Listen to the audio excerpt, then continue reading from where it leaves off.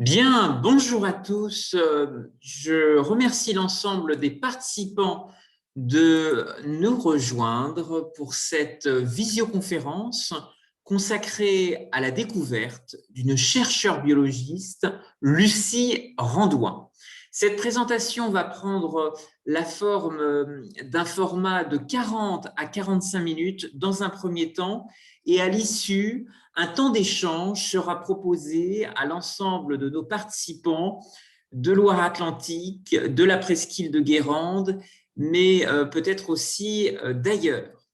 Alors, je suis très heureux de vous accueillir et en guise d'introduction, vous proposer de découvrir le parcours extrêmement atypique d'une chercheuse biologiste qui a véritablement été une défricheuse dans notre rapport entre science et nature. Nous allons découvrir comment ces liens se sont tissés avec des filières du territoire, ici en presqu'île de Guérande, et comment ces découvertes rentrent également en écho avec une histoire de pionniers et de découvreurs. À travers les images qui apparaissent à l'écran, bien entendu, vous pouvez penser à ce formidable patrimoine qui rayonne à un niveau européen, puisque Guérande a été l'un des plus grands greniers à sel d'Europe. Mais vous dire que finalement, d'une certaine façon, le territoire Cap-Atlantique est aussi porteur de filières et de valeurs dans le domaine de l'économie bleue, dans le domaine de l'économie circulaire, à la fois dans ce passage de témoin entre terre et mer, et bien entendu une relation qui est aussi importante au-delà du prestige du sel, avec aussi les filières de pêche. Et ces filières de pêche ont aussi développé des relations extrêmement intéressantes que nous allons découvrir et qui ont été mis en valeur par les travaux de Lucie Randouin, puisqu'elle a effectivement beaucoup valorisé le sel de Guérande, mais également une autre industrie qui a beaucoup marqué les ports de Loire-Atlantique, c'est la pêche à la morue. Et vous pouvez retrouver sur cette carte notamment les routes maritimes vers les grands extrêmes en Atlantique Nord, mais aussi de l'autre côté de l'océan Atlantique, au large de Terre-Neuve, vers l'archipel de Saint-Pierre-et-Miquelon, que vous pouvez voir sur la carte, mais même bien au-delà, jusqu'au large du Groenland. Ce sont des armements de Loire-Atlantique, de Vendée, qui ont été au cœur de cette industrie morutière. Alors, je vous propose de nous rapprocher dans l'immédiat de ce formidable territoire, ce laboratoire entre terre et mer, vous dire que effectivement le sel est au cœur d'un formidable écosystème de coquillages, de minéraux marins, que c'est un trésor exceptionnel pour la vie, pour la mer, pour l'économie bleue de demain. Et vous rappelez effectivement que ce lien aujourd'hui entre des scientifiques, entre des filières du territoire est extrêmement précieux, à la fois pour cristalliser ensemble des dynamiques d'innovation, valoriser au mieux les ressources de la mer et trouver une harmonie, un équilibre avec l'exploitation qu'en fait l'homme sur cet espace. Alors, il y a, je voudrais aussi peut-être le rappeler, un certain nombre de démarches qui notamment sont portées à l'échelle d'intercommunalités. C'est Cap Atlantique qui a mis en place un programme qui s'appelle « Je découvre et je respecte les marais salants », qui vise effectivement à la fois mettre en valeur le territoire, mais peut-être aussi offrir aux habitants et également aux visiteurs une expérience de redécouverte de ce prisme homme-nature. Et ces marais salants sont effectivement partie intégrante du territoire. Vous dire qu'il existe principalement deux bassins sanicoles qui forment les marais salants de Guérande, mais nous allons découvrir comment Lucie Randouin, en s'intéressant à la géologie, en s'intéressant aux minéraux marins, a offert de formidables opportunités de valorisation des ressources de notre territoire. Ce qui est intéressant aujourd'hui d'observer, c'est que finalement, le parcours d'oiseau migrateur de Lucie Randouin, qui a vraiment cherché à trouver une application très concrète autour de ses travaux de recherche, aujourd'hui, ce parcours d'oiseau migrateur inspire d'autres femmes. Et je voudrais souligner à ce titre une navigatrice qui, à travers une fondation, défend beaucoup l'approche d'économie circulaire. Il s'agit de la navigatrice que vous avez ici en photo à l'écran et qui s'appelle Hélène MacArthur, qu'on connaît bien sur notamment la route du Vendée Globe, mais il est assez heureux qu'aujourd'hui des filières du nautisme s'intéressent à ce lien autour des sciences du vivant, autour des biotechnologies, autour des sciences de la mer, et nous allons découvrir ensemble comment Lucie Randouin a été un véritable oiseau migrateur entre science et nature. Alors, nous allons nous plonger dans sa vie, dans son parcours, qui est celui d'une universitaire, d'abord à l'origine d'études pionnières sur les vitamines et la nutrition, et qui va aller défricher, ouvrir un champ extrêmement nouveau à l'époque, qui est l'univers de la diététique. Lucie Randouin est agrégée de sciences naturelles en 1911, à une époque où l'agrégation est en principe un domaine plutôt réservé aux hommes. Et Lucie Randouin va véritablement engager un parcours inédit. Elle a été la première femme biologiste à l'Académie de médecine, à imaginer notre futur, à fabriquer du futur entre science et nature. Et après le décès de Marie Curie en 1934, aucune femme n'est entrée à l'Académie de médecine avant Lucie Randouin. Et un siècle plus tard, la place des femmes dans les institutions médicales reste congrue. Je trouve que l'actualité, en tous les cas, que nous connaissons dans le contexte des vaccins, illustre l'importance également de mettre en valeur des parcours de pionnières, des parcours de défricheuses. Et je vous invite à nous plonger plus en détail dans le parcours extrêmement atypique de Lucie Randouin. Alors, sa carrière dans le domaine de la recherche et de l'enseignement est extrêmement variée. Je ne vais pas résumer l'ensemble des différents titres et fonctions, vous dire quand même en trois grandes idées. D'abord qu'elle a été la seconde femme agrégée de sciences naturelles.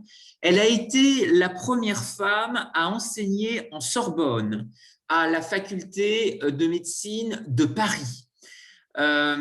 Lucie Randouin est originaire de Bourgogne, dans les terres de Lyon, et très rapidement, elle va engager une carrière parisienne. On va voir un peu plus loin comment elle s'est rapprochée aussi de notre région, de notre territoire, de l'arc atlantique, et comment elle a aussi développé des liens, des correspondances épistolaires avec des industriels, des porteurs de projets innovants, des scientifiques. Lucie Randouin terminera sa carrière avec la fonction de directrice générale honoraire du CNRS. Elle a été à l'initiative d'une école nationale de nutrition. Et sous son impulsion, avec un confrère, Jean Trémolière, elle va notamment pousser l'ouverture à Paris d'une première école publique qui prendra la forme d'un lycée technique. Il faut bien resituer le contexte scientifique de l'époque, où finalement les sujets qui concernent les rations alimentaires équilibrées, c'était le terme utilisé à cette période, sont extrêmement peu pris en compte. On sort d'une période d'après-guerre où les conséquences assez traumatisantes des pénuries alimentaires finalement, le contexte de croissance rapide fait un peu oublier l'importance où aujourd'hui, j'ai un peu envie de dire, est tellement de bon sens de manger de façon équilibrée, se nourrir et développer un équilibre alimentaire dans la vie de tous les jours. Alors, Lucie Randouin a eu, si on retrace un peu son parcours extrêmement atypique, un rôle actif pendant les deux guerres. D'abord, pendant la Première Guerre mondiale, la guerre 14-18, elle a assuré, à titre bénévole, la direction des travaux pratiques au laboratoire de physiologie de la Sorbonne, en l'absence de chefs de travaux et de préparateurs qui, à l'époque, étaient mobilisés sur le front. Elle va avoir aussi un rôle extrêmement important qui rentre peut-être en écho avec l'actualité vaccinale que nous connaissons aujourd'hui et qui est malheureusement lourde d'inertie à se développer. Elle a conservé pendant la Seconde Guerre mondiale des sérums et des vaccins de l'Institut Pasteur dans les sous-sols de l'Institut d'hygiène militaire de 1943 à 1944 et à destination de la résistance. C'est en tous les cas une odyssée qui est assez impressionnante par rapport au contexte sanitaire que l'on connaît aujourd'hui. Des faits de résistance seront également signalés dans un courrier adressé au directeur du CNRS en octobre 1944. Elle a, pendant cette période de crise, cette période de mémoire des conflits, elle a hébergé temporairement un prisonnier évadé qui faisait partie des forces françaises de l'intérieur, mais également un membre du comité directeur de l'OCM, une traductrice, bibliographe d'origine russe, naturalisée française et de confession juive, ainsi que quelques hommes qui avaient été affiliés de force au STO, au service de travail obligatoire. Lucie Randouin continuera pendant cette période des activités de prévention, de santé publique, puisqu'elle n'a cessé de faire plus ou moins clandestinement des conférences sur l'alimentation en zone libre, mais aussi en zone occupée. Alors, il serait extrêmement intéressant de retrouver si ces travaux ont peut-être eu un écho pendant cette période, ici en presqu'île de Guérande, mais aussi peut-être du côté de Saint-Nazaire. Alors, Lucie Randouin a multiplié les publications, les conférences vers le grand public. De 1910 à 1957, on comptabilise près de 500 publications scientifiques.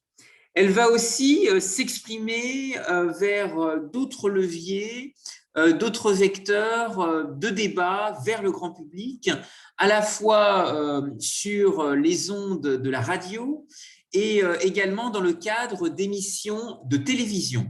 Elle sera notamment en charge d'animer une émission qui a existé dans les années 56, qui s'appelait Tribune de la santé. Et puis, en dehors, je dirais, de ces activités tournées vers le grand public, elle aura des relations épistolaires extrêmement soutenues et en particulier avec mon arrière-grand-père lorsqu'il a fondé les industries Probiomède. Mais elle cherchera véritablement à développer ce lien entre le monde de la recherche, le monde de la science et le monde de l'industrie. C'est une ambassadrice des sciences, elle représente la France lors de grands congrès scientifiques, lors de grandes conférences internationales, à la fois à Boston, sur la côte est des États-Unis, en 1929, à Rome, à Madrid, à Bruxelles et dans d'autres capitales européennes, y compris en Suisse dans les années 50. Vous pouvez retrouver ici à l'écran des publications qu'elle a également développées à la fois sur les vitamines et les problèmes de l'alimentation. C'est une véritable défenseuse de l'équilibre alimentaire. Elle s'est notamment appuyée dans ses travaux sur le rôle thérapeutique des rations. Elle a également très vite, elle s'est intéressée aux liens de causalité, de rapport à effet entre les problèmes de l'alimentation et ceux de l'alcoolisme.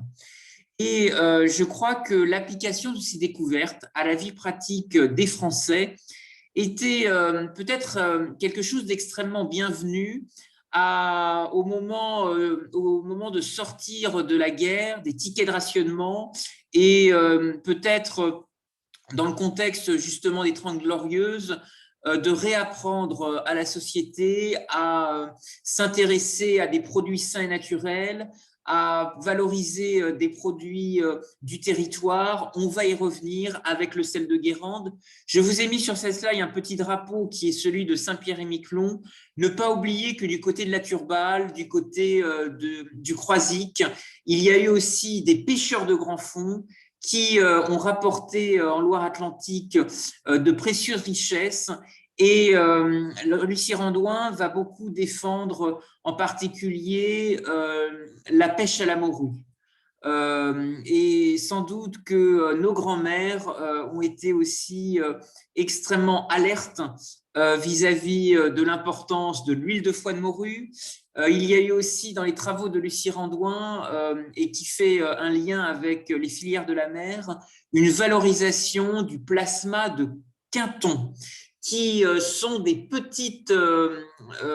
petites ampoules qui notamment sont prélevées en pleine mer, en particulier dans l'Atlantique, au milieu des Sargasses, et qui sont extrêmement riches et qui apportent une véritable tonicité pour l'organisme.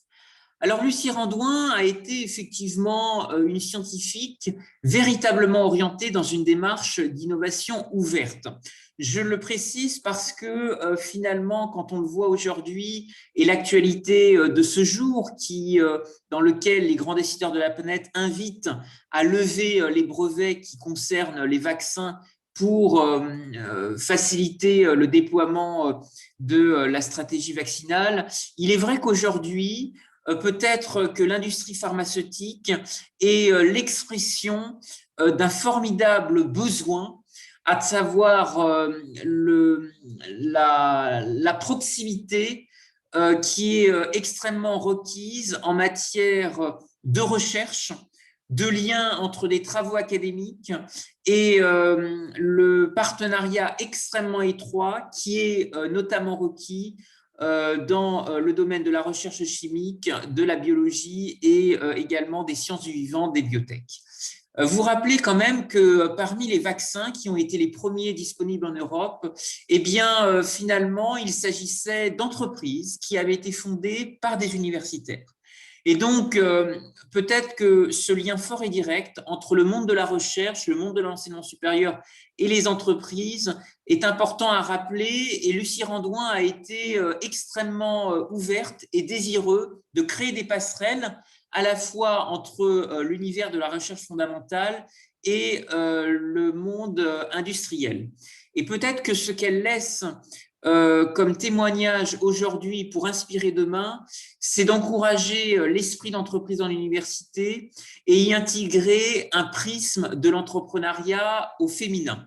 Lucie Randouin n'a malheureusement pas eu d'enfant et c'est une scientifique qui est peut-être un peu tombée dans l'oubli par manque de descendance, et je pense que dans le contexte actuel, il est intéressant de redécouvrir ces pionniers et ces découvreurs. Alors, je vais vous parler, pour nous intéresser à des savoir-faire inédits de notre territoire. Au-delà de l'histoire du sel, je vous propose de découvrir une odyssée qui est assez intéressante et étroitement corrélée aux travaux de Lucie Randouin, qui est le calcium de minéraux marins, qui a été stimulé par une reconversion extrêmement atypique, qui est notamment celle des industries probiomères qui ont été créées par mon arrière-grand-père et qui ont utilisé un savoir-faire horloger pour exploiter des brisures de coquillages. Alors, pour bien comprendre l'intérêt de ces découvertes, je vous invite à vous imaginer sur une plage. Et en marchant sur le sable, vous pouvez bien souvent apercevoir des coquillages autour de vous. Et bien, sans le savoir, vous êtes entouré de calcium. Et le calcium, c'est la vie. Alors, un petit détour historique. Vous avez ici en photo le fronton d'une bijouterie horlogerie qui a été créée dans un premier temps par mon arrière-grand-père dans la baie du Mont-Saint-Michel. Il va s'intéresser beaucoup aux minéraux marins, à l'écosystème de cette baie aux portes de la Bretagne et de la Normandie. Et il va très vite développer, dans le cadre de sa bijouterie-horlogerie, une culture de l'innovation. Je vous ai résumé en bas de ces slides son état d'esprit qui se résume à travers la formule suivante: l'horlogerie a besoin d'OPA. Oser, préparer et anticiper l'avenir. Alors, dans cette bijouterie-horlogerie, il y avait à l'époque une marque qui fait beaucoup sensation, c'est la marque Zénith, qui a été portée par de grandes personnalités, marins, explorateurs, scientifiques, dont vous avez les noms ici. Elle a été aussi portée par Gandhi. Et je voudrais rappeler cette petite anecdote parce que finalement, cette montre de poche Zénith en argent était l'une des rares possessions matérielles et qui accompagnait son quotidien, en signalant à la fois ses heures de prière grâce à une fonction d'alarme. Et cette montre, en fait, lui aurait été volée lors d'un voyage en train en Inde. Et le voleur lui aurait rendu quelques mois plus tard. Et cette anecdote a été partagée par Gandhi dans son journal. L'horlogerie a été aussi fortement stimulée par des pionniers de l'aviation qui voyaient un garde-temps précieux et précis malgré les conditions extrêmes de l'aviation. Vous voyez ici une lettre de remerciement de Louis Blériot en 1912 qui exprime son intérêt et sa reconnaissance pour le grand souci et l'exactitude des marques Zénith, qui sont nées en Suisse d'un visionnaire, Georges Fabre-Jacot, qui va imaginer de très grands espaces lumineux où le travail est contrôlé de bout en bout et s'inspire de technologies et de techniques notamment nord-américaines.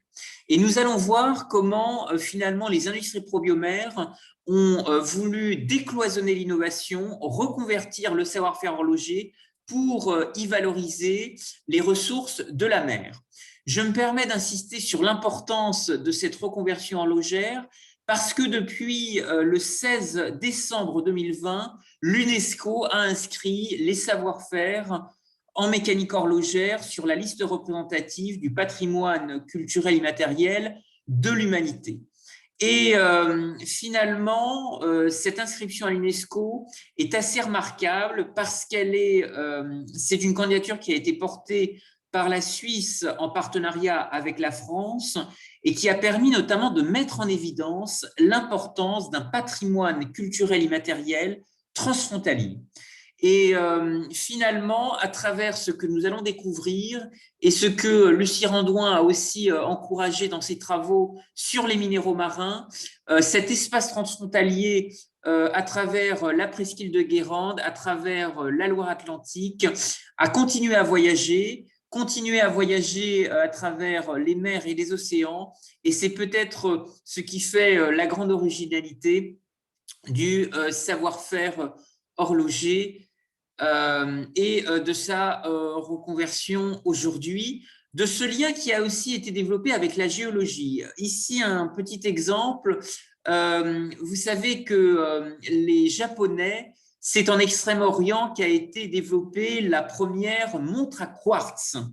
Et ce qui est intéressant aujourd'hui, c'est que de nouveaux quartiers dans le Grand Ouest revalorisent cette géologie des éléments. Vous avez ici en photo un quartier situé dans la gare de Rennes qui est en train d'émerger, le quartier Euro-Rennes, et qui va développer un pôle urbain, Urban Quartz, pour rappeler aussi l'importance du quartz qui permet de récupérer sa propre lumière et d'être soi. Alors, effectivement, vous parlez de cette marque Zénith, cette marque de montre qui va véritablement semer un terreau extrêmement fertile en matière d'innovation. D'abord dans la baie du Mont-Saint-Michel, avec des découvertes qui sont faites dans le domaine des minéraux marins. Mais l'innovation va circuler extrêmement vite avec les îles du Ponant, sur l'arc atlantique, des relations également transmanche qui vont se développer avec des îles, parce qu'on va très vite comprendre l'intérêt d'utiliser des minéraux marins et de les utiliser pour la nutrition, pour l'alimentation pour le bétail, et développer un véritable sillage entre terre et mer, notamment développer un véritable moteur en matière de propriété intellectuelle pour l'agriculture et les sciences du vivant. Je vous parlais de la baie du Mont-Saint-Michel. C'est un écosystème extrêmement riche en calcium.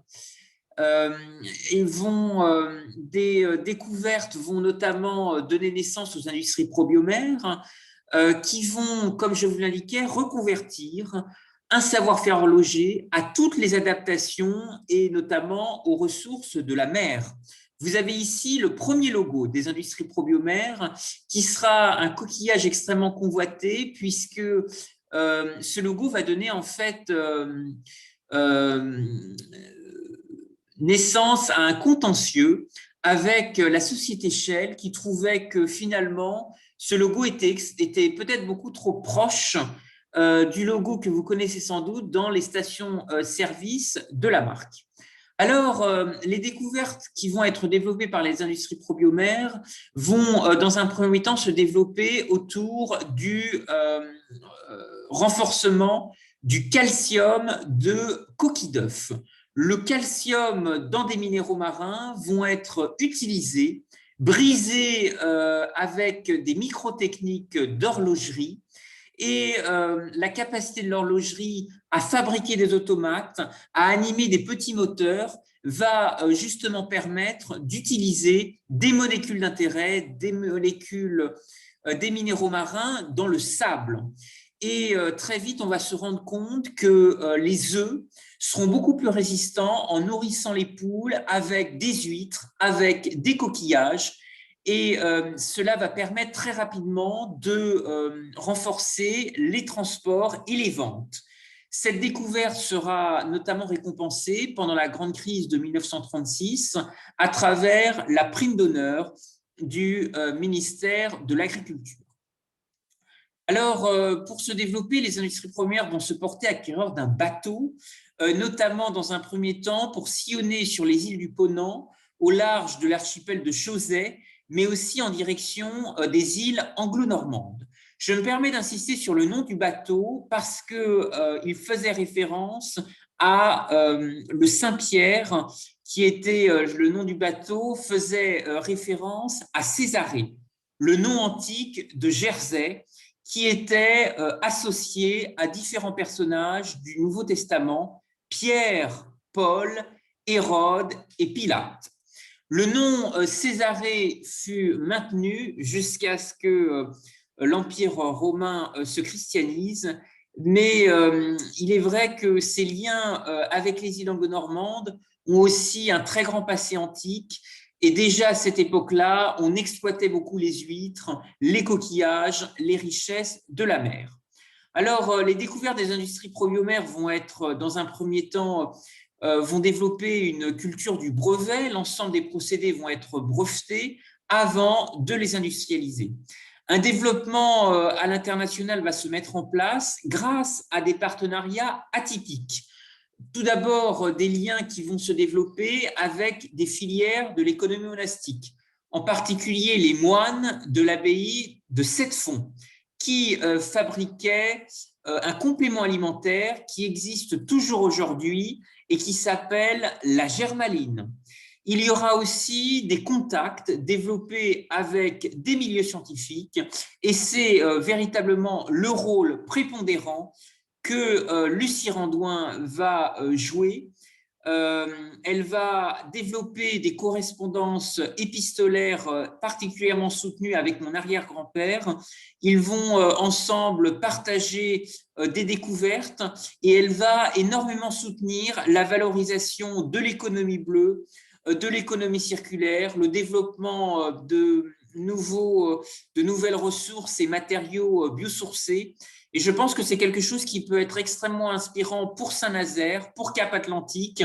Nous avons des pépites du territoire qui sont exceptionnelles dans le secteur du nautisme, dans les énergies du futur. Et sans doute que les travaux de Lucie Randouin peuvent nous encourager à regarder l'avenir.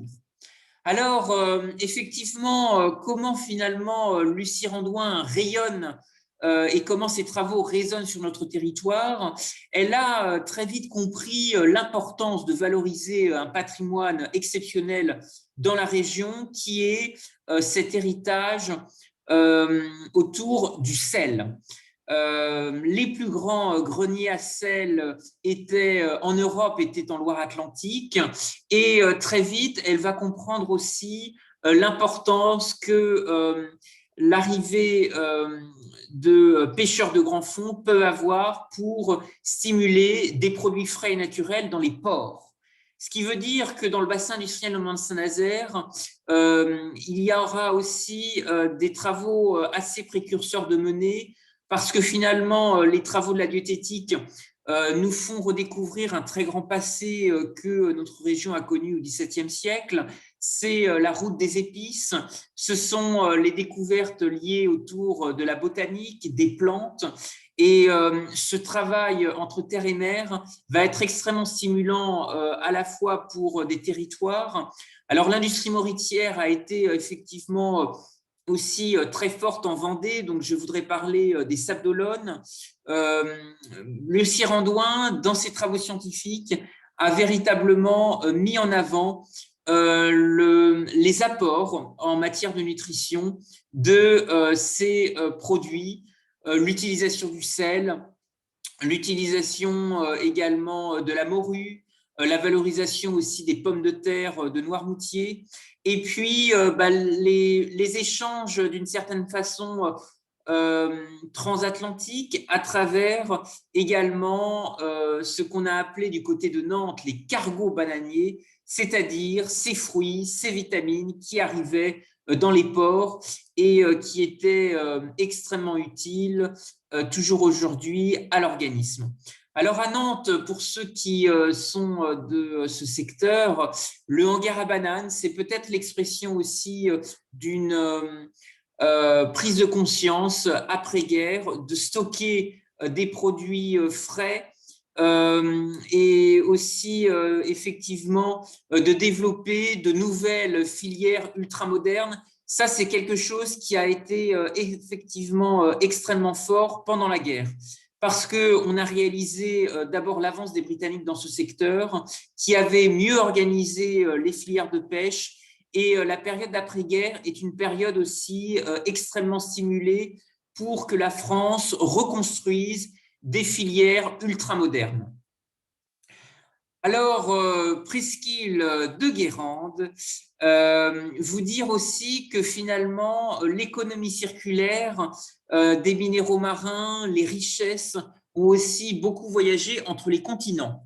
D'abord parce que le sable coquillé, les coquilles d'huîtres qui ont été utilisées au démarrage dans la baie du Mont-Saint-Michel vont très vite, dans les années 60, connaître un déclin. Des maladies vont ronger en particulier les huîtres et la filière va être extrêmement fragilisée et notamment ce sont des parcs d'ostréiculteurs, des filières qui seront à reconstruire de A à Z. Et il y aura un élan de générosité qui viendra notamment d'Extrême-Orient, du Japon, puisque ce sont des ostréiculteurs de la baie de Sendai qui viendront aider en particulier les ostréiculteurs de Cancale à reconstruire les parcs décimés. Et aujourd'hui, la ville de Rennes est jumelée avec la ville de Sendai au Japon. Alors, parmi les alternatives qui vont être recherchées, notamment auprès d'importateurs en Loire-Atlantique, il va falloir trouver de nouveaux compléments alimentaires. Et un intérêt va être porté sur la farine de manioc de Madagascar. Je me permets d'insister sur ce point parce que ce sujet revient aujourd'hui sur les devants de l'actualité. Vous savez qu'une technologie indonésienne permet aujourd'hui de transformer l'amidon de manioc en sacs et en sachets biologiques. Et donc, prochainement, nous allons avoir au Royaume-Uni la COP 26 qui va renouveler tout l'intérêt de développer l'économie circulaire, des filières maritimes durables pour les continents. Et je crois que finalement, l'intérêt qui a été développé auprès d'importateurs de Nantes, de Saint-Nazaire, en Loire-Atlantique, pour la farine de manioc, est un formidable terrain d'expérimentation qui aujourd'hui peut intéresser aussi de grands forums et de grandes conférences internationales. Vous dire que depuis la COP23, les Africains s'intéressent de plus en plus à l'amidon de manioc, à la fois dans la lutte contre les déchets plastiques qui rongent à la fois les continents, mais aussi les océans. Et cet enjeu de gouvernance mondiale mobilise de plus en plus de grandes entreprises. Je voudrais vous citer ici l'exemple de L'Oréal, mais aussi des Kenyans. Alors, l'océan a été ce formidable laboratoire pour croiser des filières et innover demain. Ce qui a été intéressant en Loire-Atlantique, c'est aussi les liens qui ont été développés avec de grandes figures du syndicalisme agricole. Et à ce titre, je voudrais signaler le rôle d'une personnalité qui s'appelait Henri Robichon, qui était notamment connu pour son journal qui s'appelait La Terre nantaise et qui a beaucoup encouragé les paysans à s'unir, à se regrouper en syndicats libres et autonomes. Et ce mouvement coopératif qu'on a bien connu dans la région est peut-être quelque chose qui a aussi favorisé ces liens entre terre et mer et l'utilisation, la valorisation de ressources. Alors, j'en ai pas trop parlé, mais effectivement, le rôle très important des îles est à souligner. Vous savez qu'il existe aujourd'hui une marque qui s'appelle le savoir-faire des îles du Ponant. Et finalement, nous sommes à l'échelle de l'arc atlantique entourés également d'îles qui sont des laboratoires en matière d'innovation. Pour le sel, on pense évidemment au gros sel de Noirmoutier, mais également à l'île de Ré.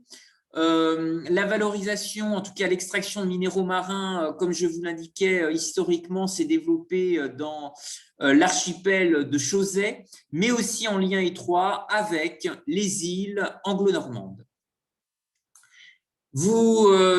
Alors pour des amoureux des livres, je voudrais peut-être signaler aussi la grande créativité littéraire d'un écrivain qui a eu un lien avec de grandes figures de Loire-Atlantique, en particulier pendant ses 15 années d'exil à Guernesey, dans les îles anglo-normandes. Vous savez que l'armateur Thomas Daubré était originaire de Guernesey. Et Victor Hugo, dans son œuvre Les Travailleurs de la mer, va faire preuve d'une imagination remarquable qui fait peut-être penser aujourd'hui à Jules Verne, puisqu'il imagine la figure d'un roi aucrinier de l'océan qui aurait trouvé le bonheur dans son royaume, puisque la Constitution dont il est l'auteur refuse le droit d'entrer à l'or et à l'argent sans son autorisation, et la seule monnaie ayant cours est le coquillage. dont la mer est l'inépuisable coffre-fort. Et donc, c'est peut-être une source d'inspiration aujourd'hui extrêmement forte pour les entrepreneurs de la presqu'île guérandaise. Vous dire que Victor Hugo était aussi abonné à un journal pendant son exil qui a été l'ancêtre de Presse Océan. Et beaucoup de personnalités ont cherché à le rejoindre, le soutenir pendant son exil. En Loire-Atlantique, je voudrais citer quelques personnalités. Je pense en particulier à Ledru-Rollin et Ange Guépin, qui ont été des fervents partisans et qui ont voulu aussi développer des relations épistolaires avec Victor Hugo. Alors aujourd'hui, quid de l'héritage de Lucie Randouin, de cette biologiste qui a stimulé des découvertes, qui a stimulé des industries marines, qui a encouragé des filières de pêche, mais aussi valorisé l'importance du sel pour notre alimentation, vous dire qu'il existe un prix Lucie Randouin, qui est attribué chaque année au cours des journées nationales de diététique et de nutrition. Et cette conférence aujourd'hui est peut-être l'occasion de débattre ensemble de nouvelles formes de valorisation de son héritage scientifique, de ce décloisonnement qu'elle a aussi offert en termes d'innovation. Je voudrais également lancer un appel pour notamment encourager la conception d'un timbre à son effigie. Puisque vous savez que l'année 2023, qui sera donc la prochaine année d'édition de timbre, sera une édition philatélique consacrée au vaccin. Et je pense qu'il serait intéressant de valoriser justement le rôle de biologiste, le rôle également de notre rapport entre science et nature. Alors, il y a justement à ce titre certainement un dialogue à réinventer parce que la Loire-Atlantique a toujours été ouverte grâce à ses marins et ses navigateurs sur les grandes richesses de la mer. Et il y a des pépites, des trésors qui sont exceptionnels, qui font de notre territoire une véritable Silicon Valley de l'économie circulaire. Vous dire peut-être que finalement, d'autres villes, d'autres territoires pourraient aussi nous inspirer, nous encourager à mieux faire connaître les richesses, les travaux de pionniers et de découvreurs. Je pense en particulier à cette initiative que vous avez ici à l'écran et qui est portée par la ville de Strasbourg, qui vise à faire renaître des vieux métiers, des savoir-faire, des coalitions créatives d'acteurs. Et ce programme qui s'intitule L'industrie magnifique va être développé dans les rues de Strasbourg auprès des habitants, du grand public, des touristes et des visiteurs à partir du 3 jusqu'au 13 juin. Et vous pouvez retrouver assez facilement sur Internet la programmation. Je pense que l'industrie magnifique, c'est peut-être aussi montrer le grand savoir-faire, l'intelligence qui vient du bout des mains, l'apprentissage aussi de métiers, de filières du territoire qu'on a peut-être un peu oubliées, mais qui ont toute leur place aujourd'hui. Si vous souhaitez effectivement en découvrir davantage sur cette initiative, vous dire aussi qu'elle est portée par le directeur marketing monde du groupe Cronenbourg. Et donc peut-être que les Alsaciens qui sont très fiers de leur bière pourraient nous pousser à développer quelque chose avec autour du sel de Guérande, vous dire que notamment dans le cadre du 40e anniversaire entre la ville de Nantes et la ville de Seattle aux États-Unis a été développée une bière avec du sel de Guérande. ce qui montre encore une fois le talent, l'inventivité qu'il est possible de déployer. Je voudrais également citer d'autres initiatives qui pourraient sans doute inspirer Guérande, mais aussi Saint-Nazaire. C'est notamment la reconversion qui est faite actuellement de la glacière de Lorient, qui a vocation à devenir un tiers-lieu maritime porté par des citoyens. Il y a une campagne de financement participatif qui est actuellement menée sur la plateforme Kengo et qui s'intitule « Je fonds pour ma glacière » et qui vise véritablement à réfléchir à la façon dont ce lieu, qui a été si fort dans la rade de l'Orient, pourrait accueillir de nouvelles activités tournées vers le maritime. Et peut-être que la place de la science est extrêmement la bienvenue. Il y a d'autres villes qui lancent des initiatives extrêmement ambitieuses. Je pense en particulier à la Halle au sucre du côté, dans la région des Hauts-de-France, à Dunkerque, grande cité corsaire. Et peut-être que effectivement la cité médiévale de Guérande pourrait refaire revivre des éléments de son patrimoine et montrer aux visiteurs et aux gens qui le découvrent ce lien si atypique entre terre et mer. Alors vous dire aussi que des démarches d'économie circulaire intéressent aussi des pays émergents, des villes neuves, de Dubaï à Singapour, qui s'intéressent effectivement à des démarches de recyclage, recyclage de produits, notamment de la pêche, mais également tout un travail qui est fait pour lutter contre le gaspillage et créer des schémas qui soient beaucoup plus vertueux et beaucoup plus orientés sur les thématiques d'économie circulaire. Actuellement, comme je vous l'indiquais en début de conférence, essentiellement porté par des fondations dans le monde anglophone. Au Royaume-Uni, vous avez notamment la fondation de la navigatrice Hélène MacArthur. Alors, comme je vous l'indiquais, cette conférence est l'occasion peut-être de vulgariser un peu le parcours extrêmement atypique de Lucie Randouin et son apport à des filières du territoire. Et je souhaite également lancer un appel en faveur de la conception d'un timbre à son effigie. Il y a un appel qui a été mis en ligne sur une plateforme que vous pouvez retrouver assez facilement et qui s'appelle change.org. En tapant sur Internet, vous pouvez retrouver assez facilement cet appel que vous pouvez soutenir si cette aventure vous intéresse.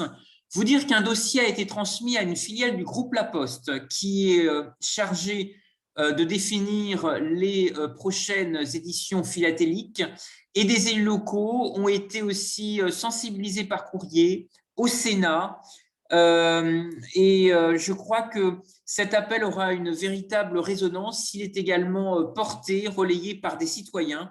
Et donc, vous êtes très largement les bienvenus. Si le parcours de Lucie Randouin vous interpelle, si vous pensez que finalement, ce qu'elle a laissé comme héritage pour la nutrition et la biologie et de façon assez précurseuse la diététique, vous fait sens pour vous-même, n'hésitez pas à participer à cette mobilisation. Alors, je voudrais vous remercier à tous pour votre attention pour cette visioconférence. Vous proposez maintenant de débattre sur les différentes thématiques qui ont été abordées ensemble, vous dire qu'il existe une bulle de discussion dans laquelle vous pouvez faire part de vos questions, de vos réactions. Vous pouvez également réagir avec un micro si vous souhaitez faire part de vos impressions vis-à-vis de cette présentation. Le débat est ouvert. Je vous remercie à tous pour votre participation. Vous dire que, en mot de conclusion, que les avancées horlogères, la nutrition et la marine sont fortement liées et que Lucie Randouin a véritablement ouvert un pont avec la mer et la nutrition santé et que finalement, on a oublié un peu le patrimoine horloger, mais les premières grandes horloges maritimes qui conservaient la mesure du temps sur un navire furent une révolution et elles permirent aux marins de se positionner, de se guider en mer avec une très grande précision. Et donc, souhaitons que Lucie Randouin nous guide également dans des orientations futuristes pour valoriser Cap Atlantique, la presqu'île de Guérande, mais aussi Saint-Nazaire. Je voudrais vous remercier à tous et si vous êtes désireux de faire part de vos idées, vos remarques, vous êtes les bienvenus.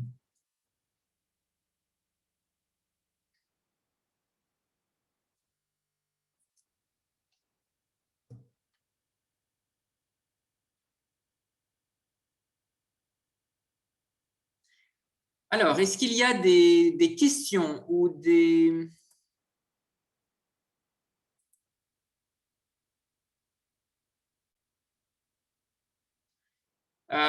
Vous pouvez utiliser la bulle ou de discussion si vous souhaitez écrire.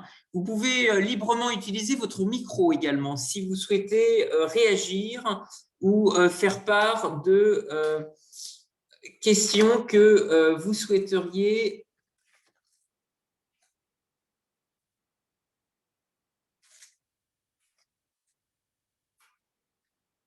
Est-ce que certains sont de la presqu'île de Guérande ou ont peut-être des réactions à faire part?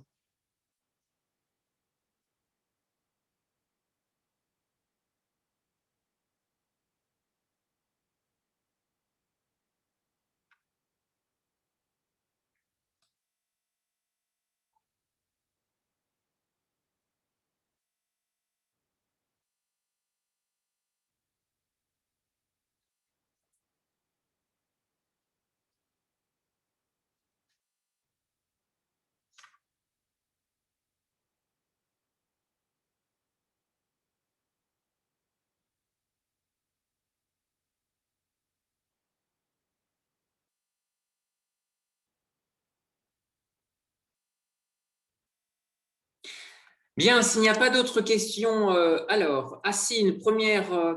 Alors, nous avons des participants de Saint-Joachim. Alors, ça, c'est assez remarquable parce qu'effectivement, l'innovation vient en Brière, euh, que ce soit le sel, mais d'autres ressources de la mer, ont été stimulées par les Briérons, les marais le prisme homme-nature. Est-ce que du côté de Saint-Joachim, vous avez peut-être connaissance d'initiatives ou de projets similaires qui ont pu être menés ou de liens qui sont développés avec des biologistes, des chercheurs? N'hésitez pas à prendre votre micro, je serai très heureux d'entendre les remarques de nos participants de Saint-Joachim. Bonjour. Oui, bonjour. Bah, il n'y a pas trop de... Justement, c'était pour m'informer que je venais, mais Écoutez, merci infiniment pour votre participation. Vous êtes sur le secteur de Saint-Joachim depuis longtemps? bah, depuis toujours, oui. Ah oui, d'accord. Et vous vous intéressez personnellement à Bah, l'économie bleue ou les j'ai vu filières sur le journal que... exécutoires? J'ai juste lu sur le journal qu'il y avait une conférence sur une biologiste et étant moi-même en études de biologie, Ah d'accord, très bien. Vous êtes dans quel cursus actuellement? je suis à la fac de Nantes, là, en biologie, géosciences, chimie. Ah d'accord, parfait. Vous êtes en quelle année? C'est les premières années, là. D'accord, oui, donc vous démarrez effectivement. Bah, écoutez, je vous souhaite tout le succès pour arriver jusqu'à la licence et poursuivre ensuite un master dans ce domaine. Euh, qu'est-ce qui vous a amené justement à vous intéresser à la biologie? Vous avez de la famille ou peut-être Bah, depuis tout petit, j'adore la faune et la flore. Donc, comme j'avais suivi un cursus scientifique avec mon bac scientifique, je me suis dit que j'allais en apprendre plus. Et, D'accord. euh, et là, j'en apprends tous les jours, donc c'est super. Oui, est-ce que le sujet vous a intéressé? Oui, oui, oui, bah, c'est pas mal. Je savais pas du tout qu'il y avait une biologiste qui s'était intéressée et qui avait eu une portée aussi grosse par chez nous.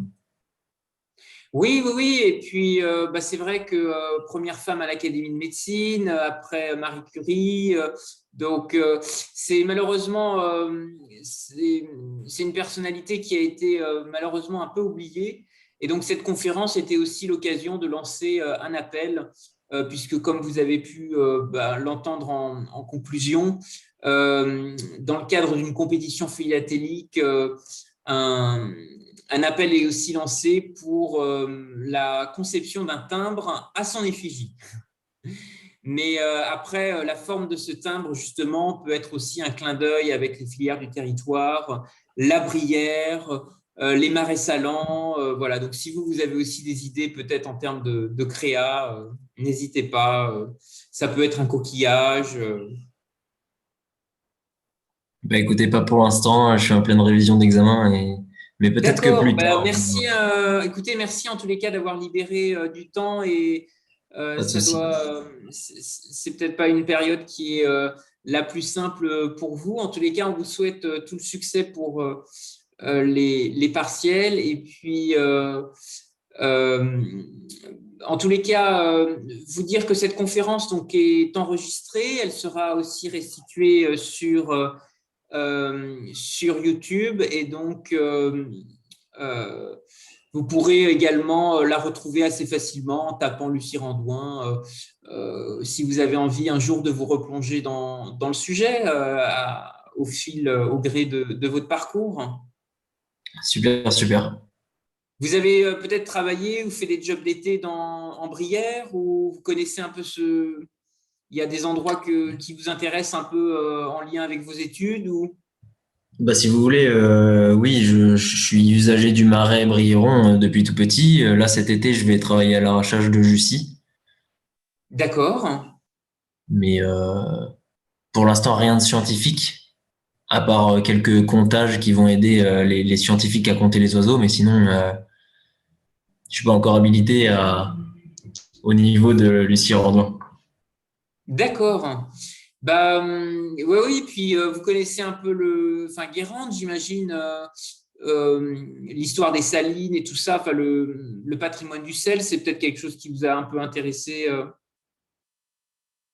Oui, oui, tout à fait. Entendu. Bah, écoutez, merci, merci en tous les cas pour votre participation. Nous allons clôturer les échanges. Est-ce que vous avez des questions ou est-ce qu'il y a des choses, des points d'éclaircissement que vous souhaiteriez Non, non, c'était parfait. entendu. Bah, écoutez, je vous souhaite une très très bonne soirée et vous remercie en tous les cas pour votre participation. Et puis, bah, good luck par la suite. J'espère que tout se passera bien pour vos examens, vos partiels. Euh, voilà. Bah, merci. Bon courage à vous aussi pour le temps. Et puis, Oui, bonne continuation. entendu. Bonne soirée. À bientôt. Au revoir.